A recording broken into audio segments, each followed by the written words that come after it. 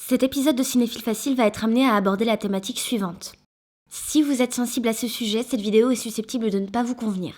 Je vous envoie plein d'amour et du soutien.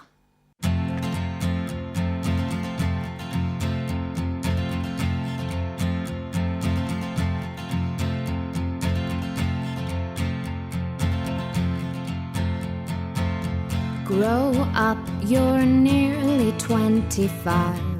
What happened when you were a child? Do you require an analyst? Or will a friendly smile suffice? Find your space. Are you breathing well? Do you feel okay?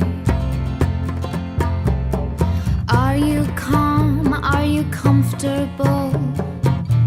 Is your heartbeat racing? Is this your soul you're facing? Lay down, my couch is over there.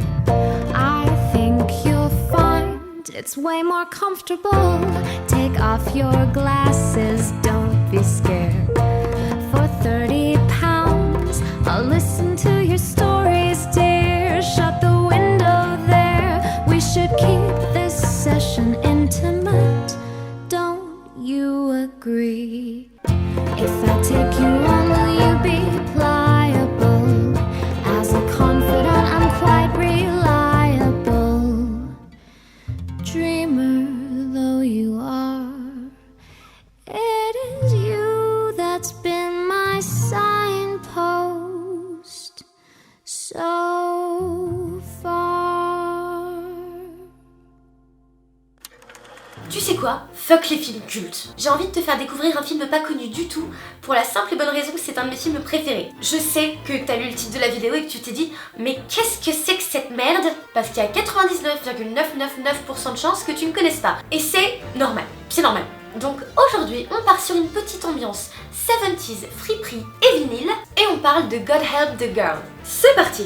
Dans God Help the Girl, on suit le parcours d'Eve, une jeune anorexique pour qui la musique va constituer un véritable refuge. Un soir, elle s'enfuit de l'hôpital pour assister à un concert à Glasgow, où elle rencontre James, un musicien un peu raté et très timide, chez qui elle va aller habiter en mode pépouze, et avec qui elle va décider de monter un groupe. Et qui qu'on retrouve encore dans le film? Mon bébé! Pardon, je veux dire Emily Browning. Que vous connaissez déjà surtout de Sucker Punch. Tu peux voir une sympathique vidéo sur le film ici.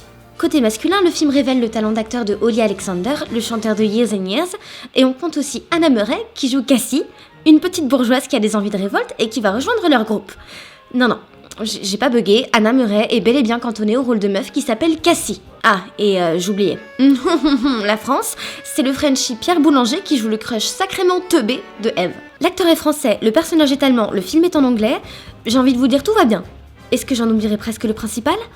C'est une comédie musicale. Oui, encore. Et maintenant, on fait quoi? On fait quoi?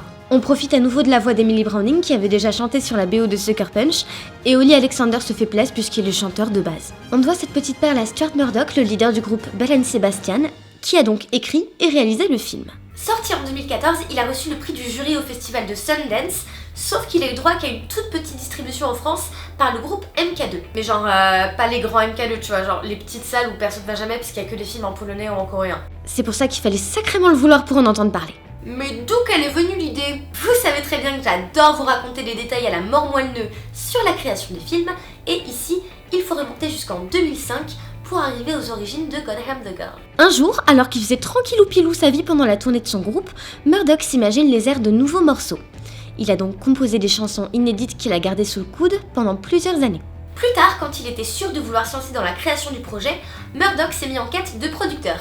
Sauf que, hey, vous vous rappelez l'épisode sur Lolita? Et bah là, pareil, ça va être la grosse merde. Non pas que les boîtes de prod craignent que le film fasse un bad buzz, mais plutôt qu'il fasse pas de buzz du tout. Que ce soit la BBC, Film 4 ou le groupe du BFI, personne ne juge le film assez prometteur. Et quand c'est comme ça, on fait quoi? On demande l'argent aux abonnés. C'est ainsi qu'un crowdfunding pour financer God Help the Girl est né sur le site Kickstarter. Au fur et à mesure, il a trouvé le financement, il a trouvé ses acteurs, même si Murdoch est le premier à dire que c'est pas vraiment ce qu'il avait en tête au départ, mais YOLO, ça fonctionnait quand même. Et ça fonctionne tellement bien que dans le film, on ressent l'alchimie entre Emily Browning, Holly Alexander et Anna Murray jusque dans notre canapé. Alors, si vous voyez ce film et que vous vous attendez à un scénario super deep, avec plusieurs couches et des arcs narratifs de ouf, vous allez être déçus. Soyons honnêtes. En soi, l'histoire a pas beaucoup d'intérêt, mais c'est pas le plus important. C'est son atmosphère qui porte le film, puisqu'il est dominé par une esthétique 70s et hors du temps. Les couleurs sont archi saturées, les costumes sont bariolés, les décors sont composés à 60% de tapisseries dégueu avec des fleurs comme chez ta grand-mère, et c'est trop cool. L'histoire de God Help the Girl, en plus de tourner autour de la création d'un groupe de pop par une bande de jeunes, va surtout vachement se concentrer autour de l'apprentissage de la vie par des événements tout bêtes. Genre le premier amour, trouver son premier travail, trouver ses passions, trouver ce qu'on veut faire dans la vie tout simplement. Et c'est dans cette période-là que je suis en ce moment. Donc tu m'étonnes que ça me parle. Le fait que ce soit une comédie musicale est un vrai bonus pour la mise en scène et l'esthétique du film, puisque les chansons s'intègrent de 3 façons différentes dans le film. De façon naturaliste, comme pendant des concerts ou des scènes de piano-voix, de façon burlesque et très musical avec des chorégraphies super travaillées et pas du tout naturelles, avec Eve qui brise constamment le 4e mur, comme pour nous prévenir que ça n'a rien de réel, et enfin par quelques clips shows tout au long du film. On a aussi un message sous-jacent au titre du film puisque ça se traduit grosso merdo par « que Dieu vienne en aide à cette fille ». On insinue qu'Eve a besoin d'aide pour avancer alors que, non.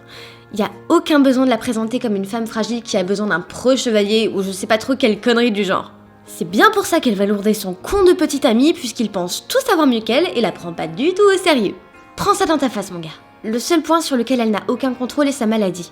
Sinon, sur tous les autres points, c'est une femme indépendante qui sait parfaitement se débrouiller toute seule. Merci beaucoup, au suivant. Et d'ailleurs, elle sait tellement bien ce qu'elle veut que parfois ça vient même à la manipulation, ce qui donne un petit côté un peu plus noir au personnage. Donc, pour essayer d'être brève, God Help the Girl, c'est un film feel good, mais qui garde quand même un fond assez grave par rapport à la maladie de Eve, qui est un des fils conducteurs du film. Le film sonne très vrai par rapport aux troubles du comportement alimentaire, mais c'est aussi et surtout un message d'espoir, puisque c'est grâce à sa musique et à ses amis qu'Eve va réussir à aller mieux tout au long du film. Sur le chemin de la guérison, elle va reprendre sa vie en main et devenir enfin une adulte. Sa passion pour la musique va l'aider à tenir le coup jusqu'au changement final, qui est symbolisé par une scène où elle se décolore les cheveux et part pour une nouvelle vie. C'est très naïf, mais parfois vaut mieux voir la vie du bon côté, non ? Ce qu'il faut savoir, c'est que j'adore les films indépendants. C'est peut-être pas le délire de tout le monde, ça peut faire amateur, trop scolaire ou trop brouillon, mais j'y trouve un charme qu'il n'y a pas dans les blockbusters. Pourquoi God Help the Girl est mon film préféré ? Parce que j'y trouve une innocence, une fraîcheur et une âme qu'il n'y a pas forcément dans d'autres films.